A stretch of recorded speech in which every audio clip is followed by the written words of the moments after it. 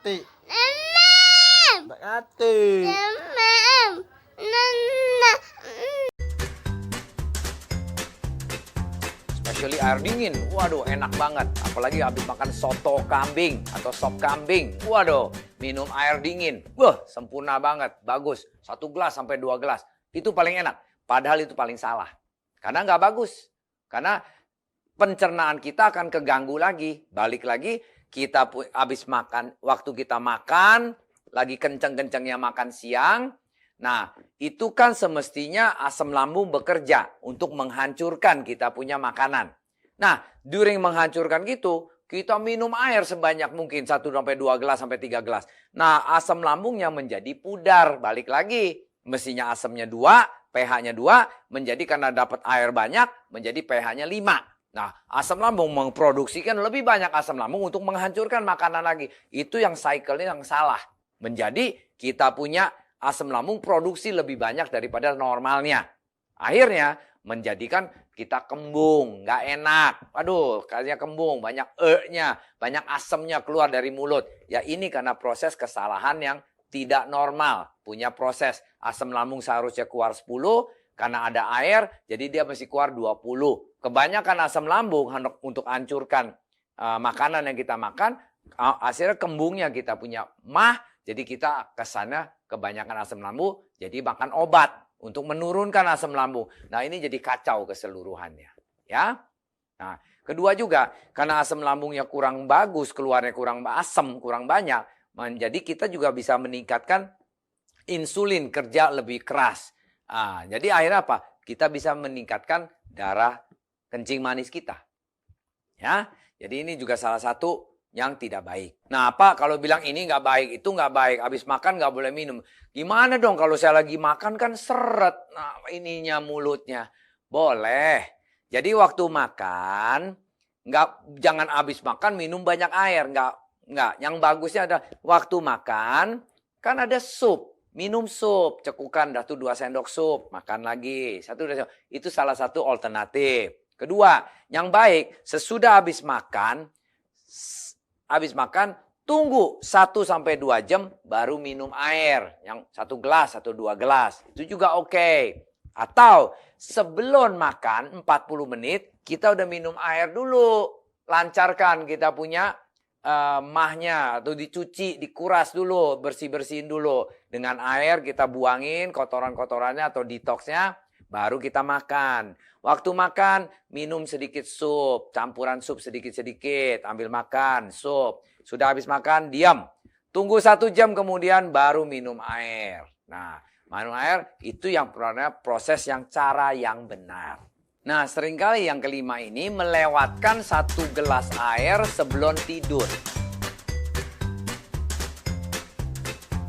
Karena excuse-nya bilang, nah kalau saya sebelum tidur saya minum air 1 gelas, nanti cepet pipis dong, saya keganggu dong, tidurnya nggak nyenyak, nggak bisa full 8 jam.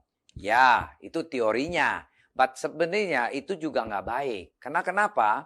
Ingat, untuk menghindari buang air kecil, padahal korbannya kita bisa kena stroke. Hah? Yang benar Pak? Benar. Kalau kita sebelum tidur minum 1 gelas air itu menolong stroke kita, bisa menolong nyawa kita. Penting banget. Nah, dengan adanya begitu, karena waktu kita walaupun resikonya dengan minum 1 gelas air itu, kita akan bisa kencing pada malam hari sekali. Ya, dengan kondisi, kalau kita kondisinya bagus, prinsipnya sih nggak mengganggu. Seperti anak muda. Kalau dia minum air sebelum tidur, tetap pagi-pagi cuma kencingnya sekali. Ya, nah kalau udah berumur, ya mungkin di tengah malam kita kencing sekali. Ya, karena udah nggak tahannya, nggak bisa tahan. Lain sama ketahanan anak muda. Cuman dengan kita minum 1 gelas air ini, kita bisa menolong kita sendiri, badan kita nggak bisa kena stroke. Menghindari kena stroke. Kenapa? Ada teorinya. Waktu kita tidur, biasanya kita pakai selimut, atau kalau nggak tidur juga, kita biasanya bisa keringetan. Badan kita selama 7-8 jam itu mengeluarkan air, cairan dari badan kita. Nah, dengan mengeluarkan cairan itu, kita punya tekanan darah akan naik. Karena kekurangan air di badan kita. Selama 7-8 jam kita nggak minum loh, tidur loh. Kelihatannya tidur kan santai. Ya betul, padahal kita punya badan menguapkan cairan yang di badan kita itu. Dengan airnya berkurang, otomatis tekanan darah kita naik. Nah, waktu kita dengan naik itu, kalau kita minum air 1 gelas sebelum kita tidur, semestinya yang uapnya itu dikompensasi supaya badan kita tidak dehidrasi. Dengan tidak dehidrasi, menstabilisasikan tekanan darah kita di masa tidurnya kita. Jadi pas kita bangun, kita menghindar jadi tidak kena stroke. Nah, kalau orang tidak minum, pas bangun, darah tinggi lagi tinggi, badan dehidrasi, kekurangan air, nah tekanan darah tinggi, resiko stroke-nya jauh lebih besar. Makanya sering banyak orang bilang, wah banyak orang kena stroke tuh pada pagi hari, pas bangun tidur, atau pas malam hari lagi tidur. Nah itu masalahnya karena tidak mau minum air 1 gelas sebelum tidur. Ingat, airnya harus air hangat, jangan air dingin.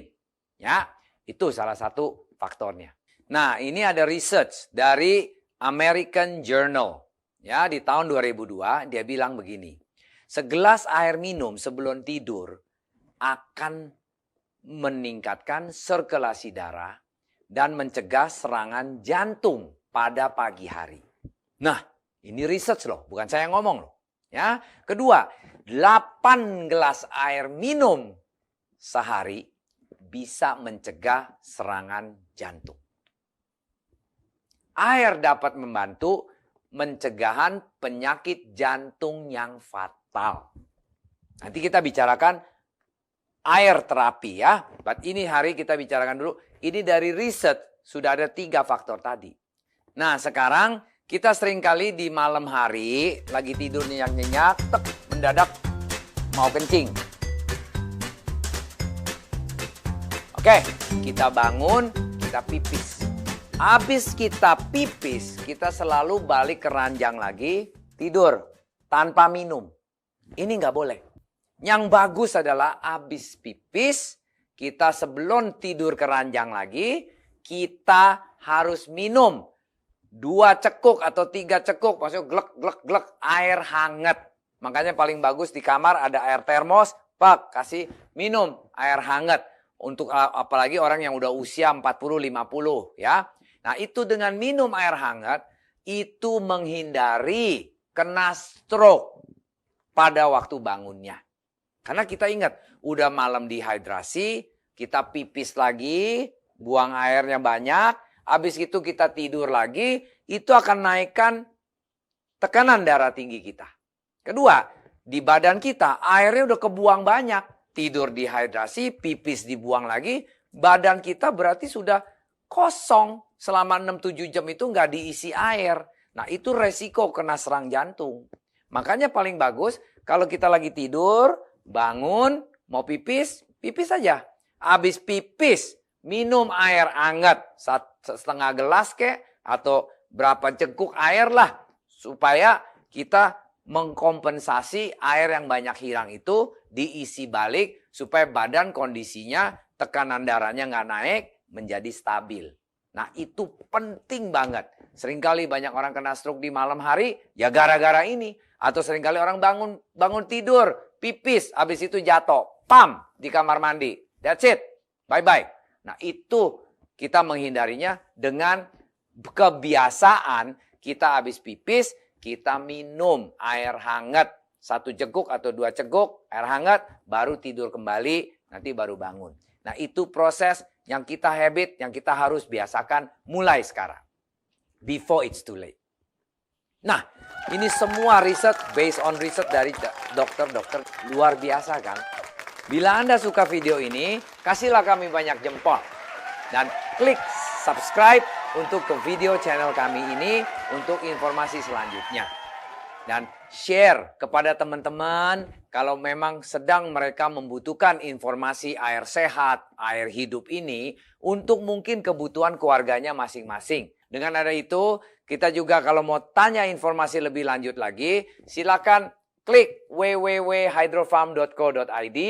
Dan kami juga banyak di sosial media, di Facebook, di Instagram, di YouTube. Itu semua juga Anda bisa akses melihat series-series pendidikan kami yang kesehatan ini banyak banget. Anda bisa di sana masuk untuk pelajarin seri-seri yang lain. Dan apabila Anda ada pertanyaan kurang jelas, saya punya penjelasan, coba ketik di YouTube channel kami ini pertanyaan-pertanyaan ya.